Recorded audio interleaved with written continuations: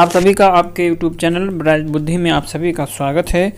तो आइए आज हम पढ़ेंगे अध्याय 11, जिसमें से आज हम ध्वनि के बारे में जानेंगे। इससे पहले हमने अध्याय 10 तक कंप्लीट कर चुका हूं। अगर आप नहीं देखे हैं तो प्लेलिस्ट में जा कर के शेष अध्याय देख सकते हैं। प्लेलिस्ट है NCERT NCERT class 9th science की बुक की एनालिसिस हम कर रहे हैं, जिसमें आज हम साउंड के बारे में जानेंगे। और इससे पहले 10 अध्याय समाप्त हो चुका है। वीडियो अच्छा लगे तो लाइक कमेंट शेयर जरूर कीजिए अपने हित मित्र दोस्तों के साथ। जो पहली बार देख रहे हो चैनल को जरूर सब्सक्राइब करके बेल घंटी बजाएं। ठीक है, चलिए शुरू करते हैं। हम प्रतिदिन विभिन्न स्रोतों जैसे कि मानवों, पक्षियों, घंटियों, मशीनों, वाहनों, टेलीविजन, रेडियो आदि की ध्वनि सुनते हैं। ध्वनि ऊर्जा का एक रूप है जो हमारे कानों में श्रवण का संवेदन उत्पन्न करती है। ऊर्जा के अनुरूप भी हैं, जैसे यांत्रिक ऊर्जा, प्रकाश ऊर्जा आदि। पिछले अध्यायों में आप यांत्रिक ऊर्जा का अध्ययन कर चुके हैं। आपको ऊर्जा संरक्षण के बारे में ज्ञात है। इसके अनुसार आप ऊर्जा को न तो उत्पन्न कर सकते हैं और न ही उसका विनाश कर सकते हैं। आप इसे केवल एक दूसरे रूप में रूपांतरित कर सकते हैं। जब आप ताली बजाते हैं तो ध्वनि उत्पन्न होती है। क्या आप अपनी ऊर्जा का उपयोग किए बिना ध्वनि उत्पन्न कर सकते हैं? ध्वनि उत्पन्न करने के लिए आपने ऊर्जा के किस रूप का उपयोग किया? इस अध्याय में हम सीखेंगे कि ध्वनि कैसे उत्पन्न होती है और किसी माध्यम में यह किस प्रकार संचरित होती है, हमारे कानों के द्वारा ग्रहण की जाती है। ध्वनि का उत्पादन क्रियाकलाप करते हैं। एक स्वारित्र द्विभुज वाली और इसकी किसी भुजा को एक रबड़ के पैड पर मारकर इसे कंपित कराइए। इसे अपने कान के समीप लाइए। क्या आप कई ध्वनि सुन पाते हैं? कंपमान स्वारित्र द्विभुज की एक भुजा को अपनी अंगुली से स्पर्श कीजिए और अपने अनुभव को अपने मित्रों के साथ बांटिए। अब एक टेबल टेनिस या एक छोटी प्लास्टिक की गेंद को एक धागे की सहायता से किसी आधार से लटकाइए। एक लंबी सुई और धागा लीजिए। धागे के एक सिरे पर एक गांठ लगाइए और सुई की सहायता से धागे को गेंद में पिरोइए। पहले कंपन न करते हुए स्वारित्र द्विभुज की एक भुजा से गेंद को स्पर्श कीजिए। फिर कंपन करते हुए स्वारित्र द्विभुज की एक भुजा से गेंद को स्पर्श कीजिए। देखिए क्या होता है। अपने मित्रों के साथ विचार विमर्श कीजिए और दोनों अवस्थाओं में अंतर की व्याख्या करने का प्रयत्न कीजिए। कंपन स्वारित्र द्विभुज लटकी हुई टेबल टेनिस की गेंद को स्पर्श करता हुआ। क्रियाकलाप है कि एक बीकर या गिलास को ऊपर तक पानी से भरिए।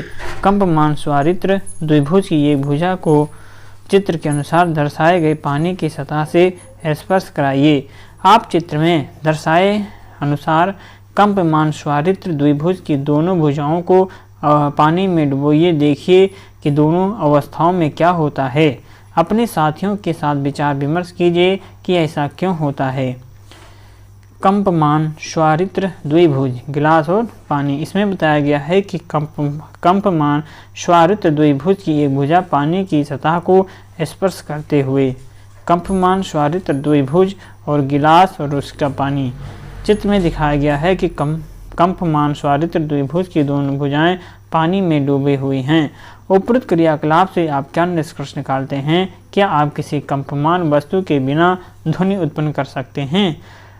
अब तक वर्णित क्रियाकलापों में हमने स्वारित्र द्विभुज से आघात द्वारा ध्वनि उत्पन्न की। हम विभिन्न वस्तुओं में घर्षण के द्वारा खुरच कर, रगड़ कर, वायु फूंक कर या उनको हिलाकर ध्वनि उत्पन्न कर सकते हैं। इन क्रियाकलापों में हम क्या करते हैं? हम वस्तु को कंपमान करते हैं और ध्वनि उत्पन्न करते हैं। कंपन का अर्थ होता है किसी वस्तु का तेजी से बार बार इधर उधर गति करना। मनुष्यों में वाक ध्वनि उनके वाक तंतुओं के कंपित होने के कारण उत्पन्न होती है। जब कोई पक्षी अपने पंख को फड़फड़ाता है तो क्या कोई ध्वनि सुनते हैं? क्या आप जानते हैं कि मक्खी भिनभिनाने की ध्वनि कैसे उत्पन्न करती है? एक खींचे हुए रबड़ के छल्ले को बीच में से खींचकर छोड़ने पर यह कंपन करता है और ध्वनि उत्पन्न करता है। यदि आपने कभी ऐसा नहीं किया है तो इसे कीजिए और तनी हुई रबड़ के छल्ले के कंपन को देखिए। क्रियाकलाप, विभिन्न खाद्य यंत्रों की सूची बनाइए और अपने मित्रों के साथ विचार विमर्श कीजिए कि ध्वनि उत्पन्न करने के लिए इन वाद्य यंत्रों का कौन सा भाग कंपन करता है। ध्वनि का संचरण, हम जानते हैं कि ध्वनि कंपन करती हुई वस्तुओं के द्वारा उत्पन्न होती है। द्रव्य या पदार्थ जिससे होकर के ध्वनि संचरित होती है माध्यम कहलाता है। तो माध्यम क्या होगा? हम जानते हैं कि ध्वनि कंपन करती हुई वस्तुओं के द्वारा उत्पन्न होती है। द्रव्य या पदार्थ जिससे होकर ध्वनि संचरित होती है वो माध्यम कहलाता है। ये ठोस, द्रव या गैस हो सकता है।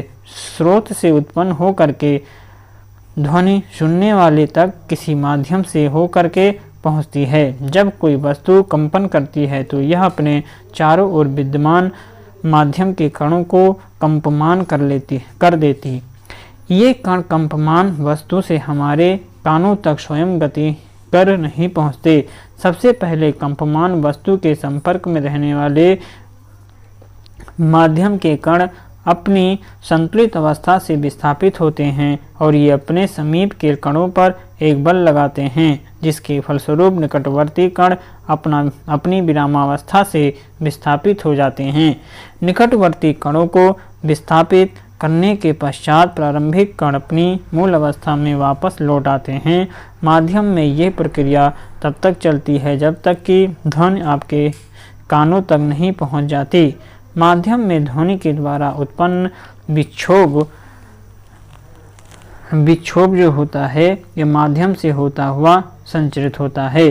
तरंग एक विक्षोभ है जो किसी माध्यम से होकर के गति करता और माध्यम के कण निकटवर्ती कणों में गति उत्पन्न कर देते हैं। ये कण इसी प्रकार की गति अन्य कणों में उत्पन्न करते हैं।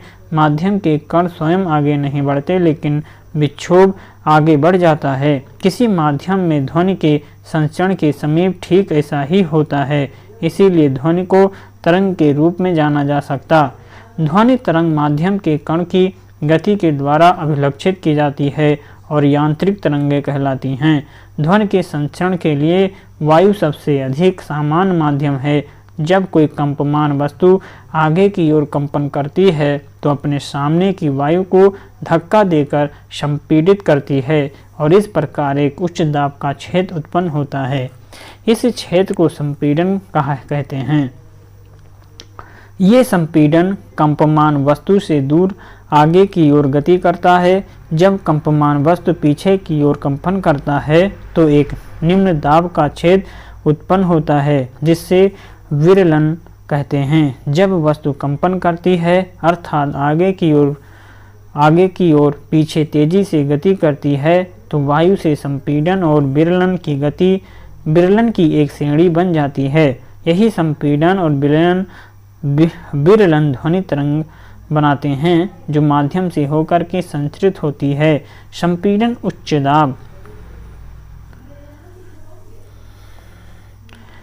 दाब का क्षेत्र है और विरलन निम्न दाब का क्षेत्र। दाब किसी माध्यम के दिए हुए आयतन में कणों की संख्या से संबंधित है।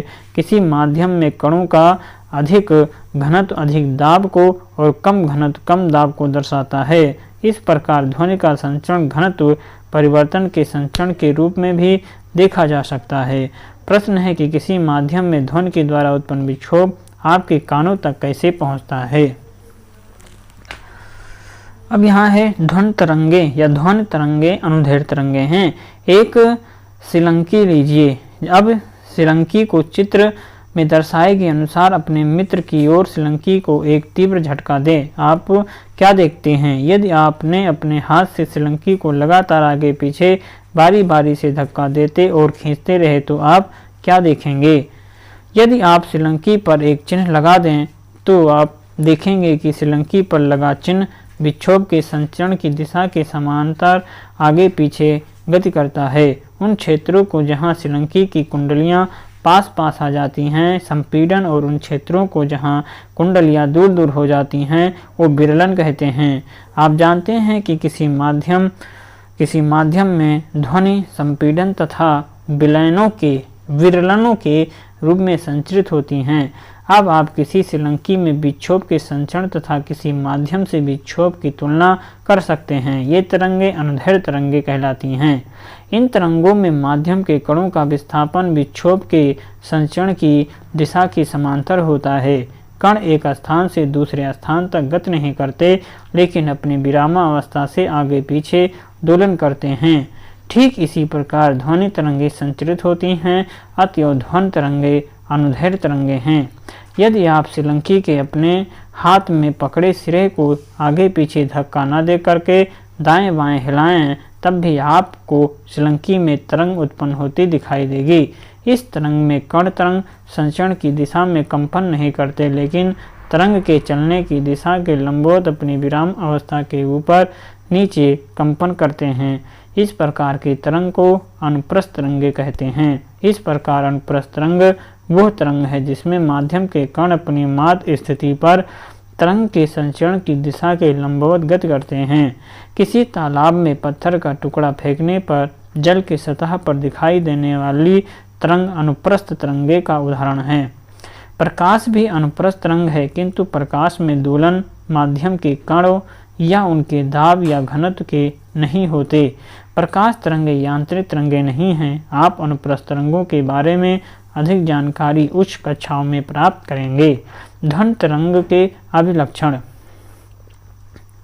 किसी ध्वनि तरंग के निम्नलिखित अभिलक्षण होते हैं: आवृत्ति, आयाम और वेग। ध्वनि तरंग को ग्राफीय रूप में दिखाया गया है, जो प्रदर्शित करता है कि जब ध्वनि तरंग किसी माध्यम में गति करती है तो घनत्व तथा दाब में कैसे परिवर्तन होता है। किसी निश्चित समय पर माध्यम का घनत्व तथा दाब दोनों ही उनके औसत मान से ऊपर और नीचे दूरी के साथ परिवर्तित होते हैं। चित्र 11.6a और 11.6b प्रदर्शित करते हैं कि जब ध्वनि तरंग के माध्यम में संचरित होती है तो घनत्व तथा दाब में क्या उतार चढ़ाव होते हैं। संपीड़न वह क्षेत्र है जहां कण पास पास आ जाते हैं। इन्हें वक्र के ऊपरी भाग में दिखाया गया है। शिखर अधिकतम संपीड़न के क्षेत्र को प्रदर्शित करता है और इस प्रकार संपीड़न वह क्षेत्र है जहां घनत्व तथा दाब दोनों ही अधिक होते हैं। विरलन निम्न दाब के क्षेत्र हैं जहां कण दूर दूर हो जाते हैं और उन्हें घाटी से प्रदर्शित करते हैं। इन्हें वक्र निम्न भाग से दिखाया गया है। चित्र 11.6 शिखर को तरंग का श्रृंग तथा घाटी का गर्त कहा जाता है। दो क्रमागत संपीड़नों अथवा दो क्रमागत विरलनों के बीच की दूरी तरंग दैर्ध्य कहलाती है। तरंग दैर्ध्य किसे कहते हैं? दो क्रमागत संपीड़नों अर्थात C और दो क्रमागत विरलनों के बीच की दूरी को तरंग दैर्ध्य कहते हैं। तरंग दैर्ध्य को साधारणतः लैम्डा ग्रीक अक्षर लैम्डा से निरूपित किया जाता है। इसका जो मात्रक होता है मीटर होता है। अब हम हेनरिच रुडोल्फ हर्ट्ज का जन्म 22 फरवरी 1857 को हैम्बर्ग जर्मनी में हुआ। उनकी शिक्षा बर्लिन विश्वविद्यालय में हुई। उन्होंने जेसी मैक्सवेल के विद्युत चुंबकीय सिद्धांतों के प्रयोगों की पुष्टि की। उन्होंने रेडियो, टेलीफोन, टेलीग्राफ तथा टेलीविज़न के भी भविष्य में विकास की नींव रखी। उन्होंने प्रकाश विद्युत प्रभाव की भी खोज की और जिसकी बाद में अल्बर्ट आइंस्टाइन ने व्याख्या की। आवृत्ति की असाई मात्रक का नाम उनके सम्मान में रखा गया है, हर्ट्ज, हेनरिच रुडोल्फ हर्ट्ज। आवृत्ति में हमें ज्ञात होता है कि कोई घटना कितनी जल्दी घटित होती है। मान लीजिए कि आप किसी ढोल को पीट कर बजा रहे हैं। आप ढोल को 1 सेकंड में जितनी बार पीटते हैं वो आपके द्वारा ढोल को पीटने की आवृत्ति है। हम जानते हैं कि जब ध्वनि किसी माध्यम में संचरित होती है तो माध्यम का घनत्व किसी अधिकतम तथा न्यूनतम मान के बीच बदलता है। घनत्व के अधिकतम मान से न्यूनतम मान तक परिवर्तन में और पुनः अधिकतम मान तक आने पर एक दोलन पूरा होता है। एकांक समय में इन दोलनों की कुल संख्या ध्वनि तरंग की आवृत्ति कहलाती है। यदि हम प्रति एकांक समय में अपने पास से गुजरने वाली संपीड़नों तथा विरलनों की संख्या की गणना करें तो हमको ध्वनिक तरंग की आवृत्ति ज्ञात हो जाएगी। इसे सामान्यतः V से निरूपित किया जाता है, अक्षर न्यू कहते हैं। इसका जो यसाई मात्रक होता है ये हर्ष होता है, जिसका प्रतीक जड़ उयच जड़ होता है। दो क्रमागत संपीड़नों या दो क्रमागत विरलनों को किसी निश्चित बिंदु से गुजरने में लगे समय को तरंग का आवर्तकाल कहते हैं। आप कह सकते हैं कि एक संपूर्ण दोलन में लिया गया समय ध्वनिक तरंग का आवर्तकाल कहलाता है। आवर्तकाल किसे कहते हैं? आवर्तकाल एक सेकंड में आवर्तकाल एक संपूर्ण दोलन में लिया गया समय ध्वनिक तरंग का आवर्तकाल कहलाता है। आवर्तकाल को हम टी अक्षर से निरूपित करते हैं, जिसका मात्रक सेकंड है। आवृत्ति तथा आवर्तकाल के बीच संबंध को हम निम्न प्रकार से व्यक्त कर सकते हैं, अर्थात आवृत्ति V बराबर 1/आवर्तकाल। इस प्रकार एक उच्च तारत्व की ध्वनि से हमें ज्ञात होता है कि किसी बिंदु से एकांक समय में संपीड़न तथा विरलन की अधिक संख्या गुजरती है। किसी ऑर्केस्ट्रा में वायलिन तथा बांसुरी एक ही समय बजाई जा सकती है। दोनों ध्वनियाँ एक ही माध्यम में चलती हैं और हमारे कानों तक एक ही समय पर पहुंचती हैं। दोनों ही स्रोतों की ध्वनियाँ एक ही चाल से चलती हैं, लेकिन जो ध्वनियाँ हम ग्रहण करते हैं वे भिन्न भिन्न हैं। ऐसा ध्वनि से जुड़े विभिन्न अभिलक्षणों के कारण तारत्व इनमें से एक अभिलक्षण है। किसी उत्सर्जित ध्वनि की आवृत्ति को मस्तिष्क किस प्रकार अनुभव करता है उसे हम तारत्व कहते हैं। किसी स्रोत का कंपन जितनी शीघ्रता से होता है आवृत्ति उतनी ही अधिक होती है और उसका तारत्व भी अधिक होता है। इसी प्रकार जिस ध्वनि का तारत्व कम होता है उसकी आवृत्ति भी कम होती है, जैसा 11.7 में दर्शाया गया है। विभिन्न आकार तथा आकृति की वस्तुएं विभिन्न आवृत्तियों के साथ कंपन करती हैं और विभिन्न तारत्व की ध्वनियाँ उत्पन्न करती हैं। किसी माध्यम में मूल स्थिति के दोनों ओर अधिकतम विक्षोभ को तरंग का आयाम कहते हैं। इसे हम साधारणतया एस से निरूपित किया जाता है। तारत्व की ध्वनि की तरंगें, ये है विक्षोभ तरंगें और यह है समय। फिर यहाँ पर है, लेकिन यहाँ पे उच्च तारत्व की ध्वनि की तरंगें, ये निम्न तारत्व की ध्वनि की तरंगें हैं। तो जब उच्च होगा तो यह तारत्व थोड़ा फास्ट बनेगा, अर्थात निम्न तारत्व की ध्वनि की आवृत्ति कम तथा उच्च तारत्व की ध्वनि की आवृत्ति क्या होती है? ज़्यादा होती है। तो जो उच्च तारत्व की ध्वनि होगी उसकी आवृत्ति ज़्यादा होगी, जो निम्न तारत्व की होगी तो उनकी आवृत्ति कम होगी। जैसा कि 11.6 सी में दर्शाया गया है। 6 में ध्वनि के लिए इसका मात्रक दाब या घनत्व का मात्रक होगा। ध्वनि की प्रबलता अथवा मृदुता मूलतः इसके आयाम से ज्ञात की जाती है। यदि हम किसी मेज पर धीरे से चोट मारे तो हमें एक मृदु ध्वनि सुनाई देगी, क्योंकि हम कम ऊर्जा की ध्वनि तरंग उत्पन्न करते हैं। यदि हम मेज पर जोर से चोट मारें तो हमें प्रबल ध्वनि सुनाई देगी। क्या आप इसका कारण बता सकते हैं? उत्पादक स्रोत से निकलने के पश्चात ध्वनि तरंग फैल जाती है और स्रोत से दूर जाने पर इसका आयाम तथा प्रबलता दोनों ही कम होते जाते हैं। प्रबल ध्वनि अधिक दूरी तक चल सकती है क्योंकि यह अधिक ऊर्जा से संबद्ध है। और 11.8 में समान आवृत्ति की प्रबल तथा मृदुल ध्वनि की तरंग आवृत्तियाँ प्रदर्शित की गई हैं। ये मृदुल ध्वनि है और प्रबल ध्वनि की जो आवृत्ति है ये कुछ ज़्यादा ही है, अर्थात मृदुल ध्वनि का आयाम कम होता है और प्रबल ध्वनि का जो आयाम होता है ये अधिक होता है। मृदुल ध्वनि का जो आयाम है ये क्या है? कम है, और वही प्रबल ध्वनि का जो आयाम होता है ये अधिक होता है।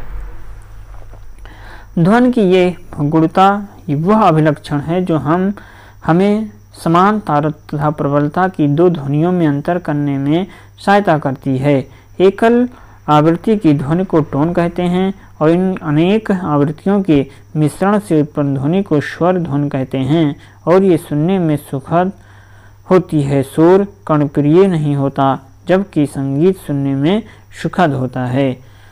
यहाँ पर तरंग के किसी बिंदु जैसे कि एक संपीड़न या एक विरलन के द्वारा एकांक समय में तय की गई दूरी वेग कहलाती है। वेग बराबर दूरी बटा समय लैम्डा बाई टी, अर्थात लैम्डा और यहाँ पे 1/t। लैम्डा ध्वनि की तरंग दैर्ध्य है। ये तरंग के द्वारा एक आवर्तकाल टी में चली गई दूरी होती है। तो यहाँ v बराबर लैम्डा इंटू म्यू होता है। तो यहाँ पे और क्वेश्चन दिया है, किसी एकांक क्षेत्रफल से 1 सेकंड में गुजरने वाली ध्वनि ऊर्जा को ध्वनि की तीव्रता कहते हैं। यद्यपि हम कभी कभी प्रबलता तथा तीव्रता शब्दों का पर्याय के रूप में प्रयोग करते हैं, लेकिन इनका अर्थ एक ही नहीं है। प्रबलता ध्वनि के लिए कानों की संवेदनशीलता की माप है। यद्यपि दो ध्वनियाँ समान तीव्रता की हो सकती हैं, फिर भी हम एक को दूसरे की अपेक्षा अधिक प्रबल ध्वनि के रूप में सुन सकते हैं, क्योंकि हमारे कान इसके लिए अधिक संवेदनशील हैं। विभिन्न माध्यम में ध्वनि की चाल। किसी माध्यम में ध्वनि एक निश्चित चाल से संचरित होती है। किसी पटाखे या तड़ित के गर्जन की ध्वनि प्रकाश की चमक दिखाई देने के कुछ देर बाद सुनाई देती है। इसीलिए हम ये निष्कर्ष निकाल सकते हैं कि ध्वनि की चाल प्रकाश की चाल से बहुत कम है और ध्वनि की चाल उस माध्यम के गुणों पर निर्भर करती है जिससे कि या जिसमें ये संचरित होती है। आप इस संबंध को अपनी उच्च कक्षाओं में सीखेंगे। किसी माध्यम में ध्वनि की चाल माध्यम के ताप पर निर्भर करता है। जब हम ठोस से गैसीय अवस्था की ओर जाते हैं तो ध्वनि का चाल कम होती जाती है। किसी भी माध्यम में ताप बढ़ाने पर ध्वनि की चाल बढ़ जाती है। उदाहरण के लिए वायु में ध्वनि की चाल 0 डिग्री सेल्सियस पर 331 मीटर प्रति सेकंड तथा 22 डिग्री सेल्सियस पर 344 मीटर प्रति सेकंड है। सारणी 11.1 में विभिन्न माध्यमों में एक विशेष ताप पर ध्वनि की चाल को दर्शाया गया है। इसे आपको याद रखने की आवश्यकता नहीं है। तो यहाँ पे इसे याद करने की ज़रूरत नहीं है, बट यहाँ पे आप देख सकते हैं जो पदार्थ है और इसके विभिन्न आयाम हैं। फिर यहाँ पे ध्वनि का परावर्तन।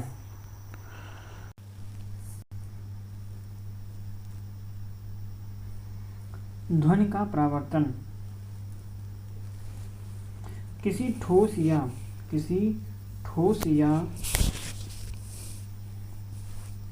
द्रव से टकराकर ध्वनि उसी प्रकार वापस लौटती है जैसे कोई रबड़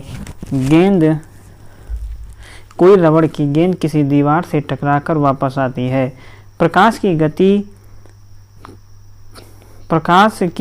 गति भांति ध्वनि भी किसी ठोस या द्रव की सतह से परावर्तित होती है तथा परावर्तन के नियमों का पालन करती है, जिनका अध्ययन आप अपनी पिछली कक्षाओं पर कर चुके हैं। परावर्तक सतह पर खींचे गए अभिलंब तथा ध्वनि की आयतन होने की दिशा तथा परावर्तन होने की दिशा के बीच बने कोण आपस में बराबर होते हैं और ये तीनों दिशाएं एक ही तल में होती हैं। ध्वनि तरंगों के परावर्तन के लिए बड़े आकार के अवरोधक की आवश्यकता होती है, जो चाहे पालिश किए हुए हों या खुरदरे। क्रियाकलाप है कि आप चित्र नंबर 11.9 की भांति 11.9 की भांति यहाँ पे बताया गया है। ये घड़ी है और एक कान है, दीवार और मेज। भांत दो एक जैसे पाइप लीजिए। आप चार्ट पर पेपर की सहायता से ऐसे पाइप बना सकते हैं। पाइप की लंबाई पर्याप्त होनी चाहिए।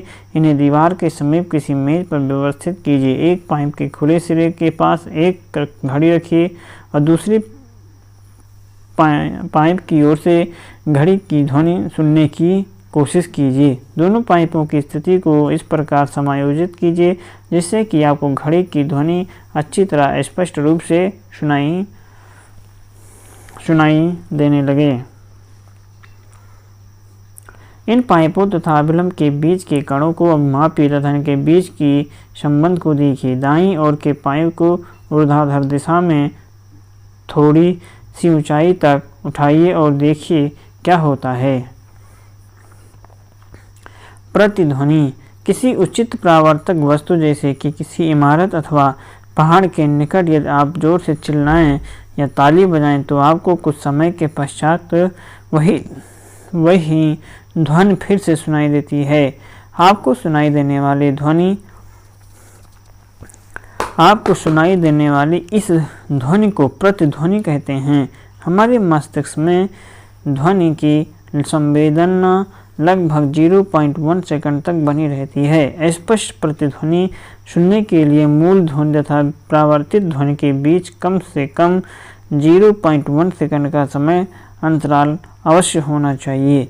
यदि हम किसी दिए हुए ताप जैसे कि 22 डिग्री सेल्सियस ध्वनि की चाल 344 मीटर प्रति सेकंड मान ले तो ध्वनि को अवरोधक तक जाने तथा परावर्तन के पश्चात वापस स्रोतों तक 0.1 सेकंड के पश्चात पहुंचना चाहिए। अतः स्रोता से परावर्तक सतह तक जाने तथा वापस आने में ध्वनि द्वारा तय की गई कुल दूरी कम से कम 0.1 सेकंड बराबर 34.4 होना चाहिए। अतः स्पष्ट प्रतिध्वनि सुनने के लिए अवरोधक की ध्वनि स्रोत से न्यूनतम दूरी ध्वनि के द्वारा तय की गई कुल दूरी की आधी अर्थात 17.2 मीटर अवश्य होनी चाहिए। यह वायु के ताप के साथ बदल जाती है क्योंकि ताप के साथ ध्वनि के वेग में भी परिवर्तन हो जाता है और ध्वनि के बराबर या बारंबार परावर्तन के कारण हमें एक से अधिक प्रतिध्वनियां भी सुनाई दे सकती हैं।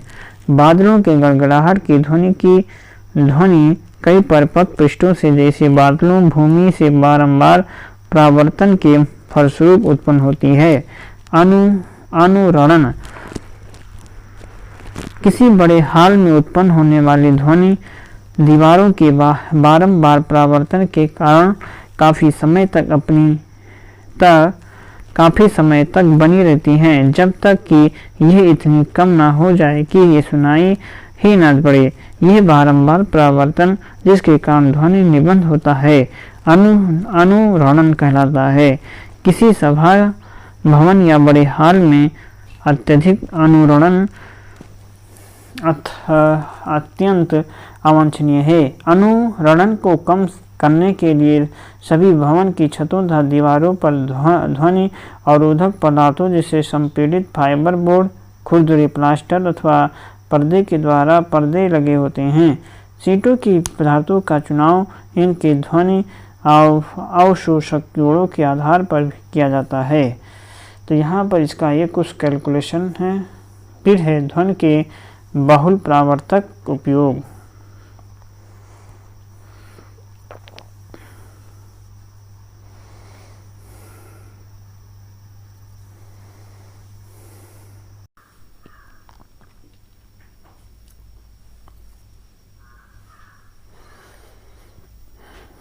ध्वनि के बाहुल परावर्तन के उपयोग। मेगाफोन या लाउडस्पीकर, हार्न, तूर्य तथा शहनाई जैसे वाद्य यंत्र सभी इस प्रकार के बनाए जाते हैं। ध्वनि सभी दिशाओं में फैले बिना केवल एक विशेष दिशा में ही जाती है, जैसे चित्र में दर्शाया गया है, एक ही दिशा में जाती है। इन यंत्रों में एक नली का आगे का खुला भाग शंक्वाकार होता है। ये स्रोत से उत्पन्न होने वाली ध्वनि तरंगों को बार बार परावर्तित करके श्रोताओं की ओर आगे की दिशा में भेज देता है। स्टेथोस्कोप एक चिकित्सालय यंत्र है जो शरीर के अंदर मुख्यतया हृदय तथा फेफड़ों में उत्पन्न होने वाली ध्वनि को सुनने में काम आता है। स्टेथोस्कोप में रोगी के हृदय की धड़कन की ध्वनि बार बार परावर्तन के कारण डॉक्टर के कानों तक पहुंचती है। कंसर्ट हॉल, सम्मेलन कक्षों तथा सिनेमा हॉल की छतें वक्राकार बनाई जाती हैं जिससे कि परावर्तन के पश्चात ध्वनि हॉल के सभी भागों में पहुंच जाए, ऐसा जैसा चित्र में दिखाया गया है। कभी कभी वक्राकार की ध्वनि पट्टों को मंच के पीछे रख दिया जाता है जिससे कि ध्वनि पट्ट से परावर्तन के पश्चात समान रूप से पूरे हॉल में फैल जाए।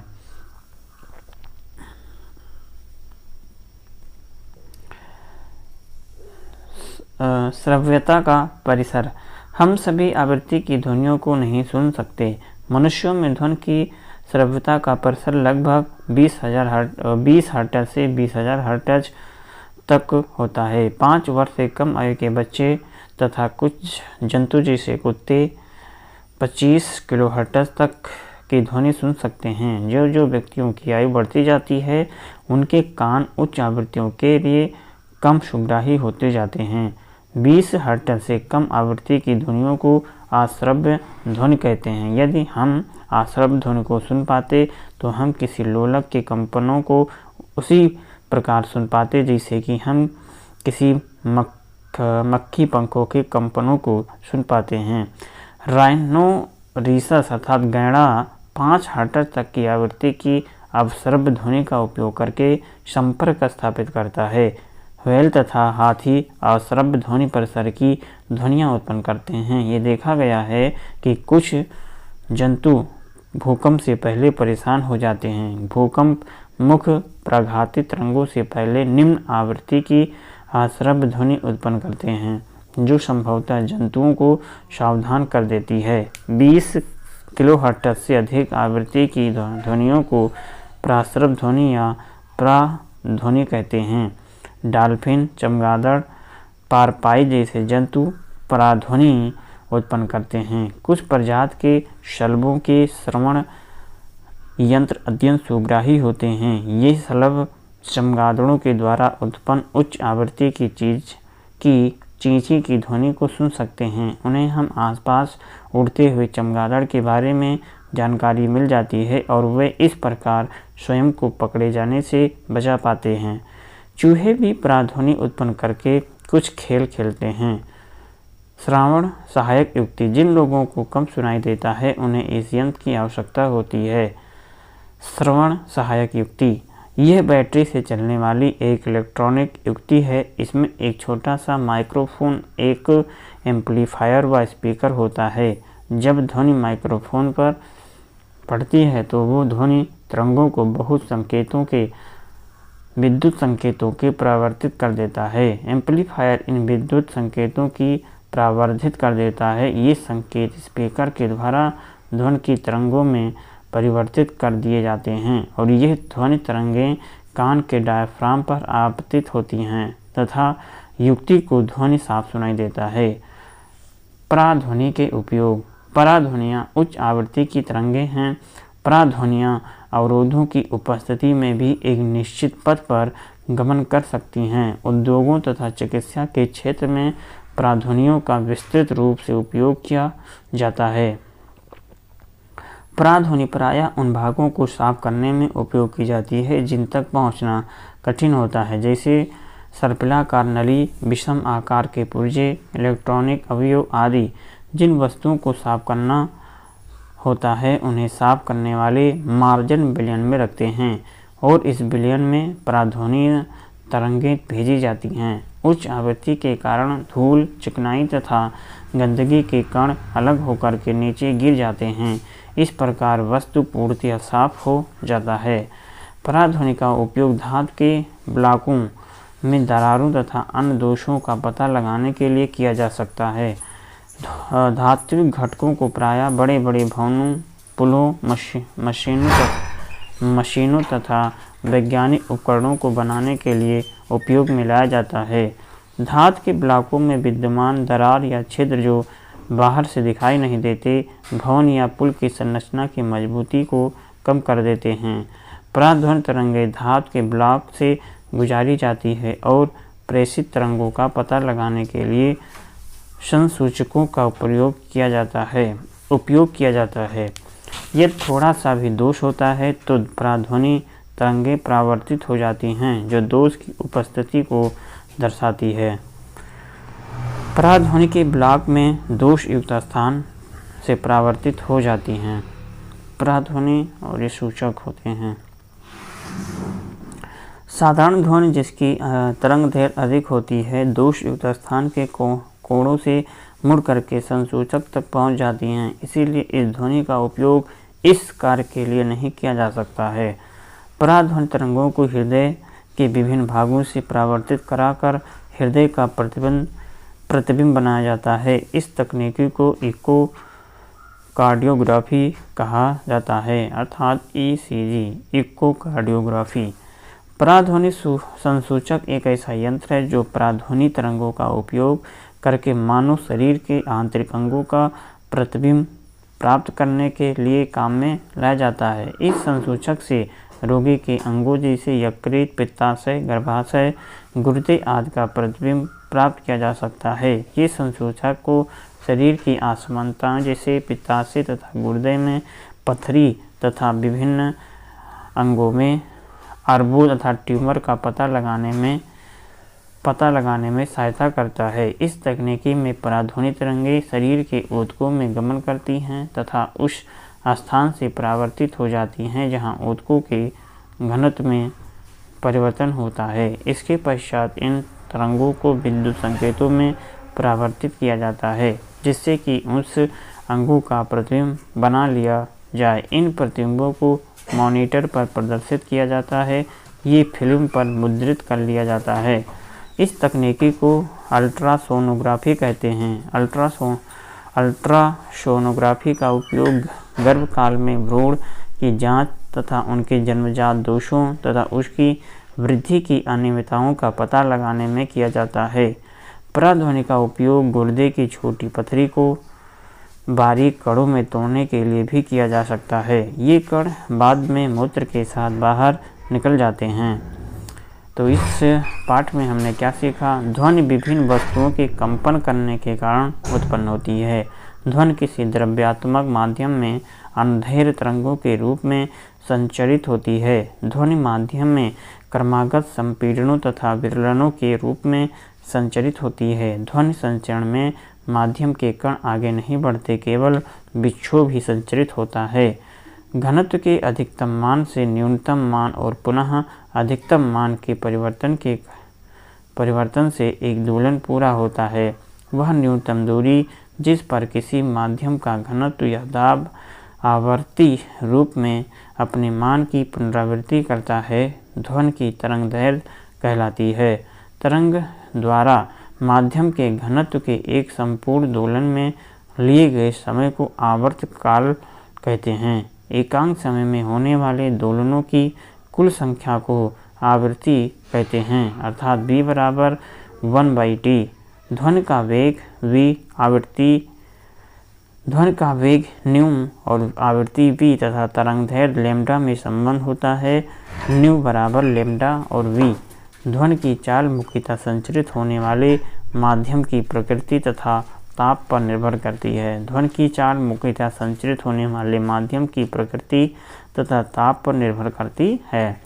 ध्वनि के परावर्तन के नियम के अनुसार ध्वनि के आपतन होने की दिशा तथा परावर्तन होने की दिशा परावर्तक सतह पर खींचे गए अभिलंब से समान कोण बनाते हैं और ये तीनों एक ही तल में होते हैं। स्पष्ट प्रतिध्वनि सुनने के लिए मूल ध्वनि तथा परावर्तित ध्वनि के बीच कम से कम 0.1 सेकंड का समय अंतराल अवश्य होना चाहिए।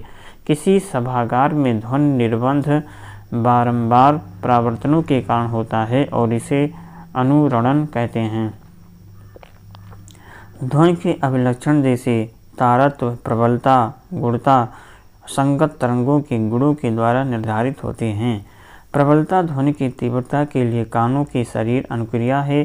किसी एकांक समय से 1 सेकंड में गुजरने वाली ध्वनि ऊर्जा को ध्वनि की तीव्रता कहते हैं। मानवों में ध्वनि की अश्रव्यता की आवृत्तियों का औसत परास 20 हर्ट्ज से 20 किलो हर्ट्ज तक है। श्रव्यता के परास से कम आवृत्ति की ध्वनि को अश्रव्य ध्वनि तथा श्रव्यता के परास से अधिक आवृत्ति की ध्वनियों को पराध्वनि कहते हैं। पराध्वनि के चिकित्सा तथा औद्योगिक क्षेत्र में अनेक उपयोग है। इसी के साथ यह अध्याय भी समाप्त होता है। वीडियो अच्छा लगे तो लाइक, कमेंट, शेयर जरूर कीजिए अपने हित मित्र दोस्तों के साथ, और जो चैनल पर पहली बार आए हों चैनल को जरूर सब्सक्राइब करके बेल घंटी दबाएंगे। चलिए हम मिलेंगे एक नई वीडियो में, तब तक आप पढ़ते रहें, मस्त रहें। नमस्कार।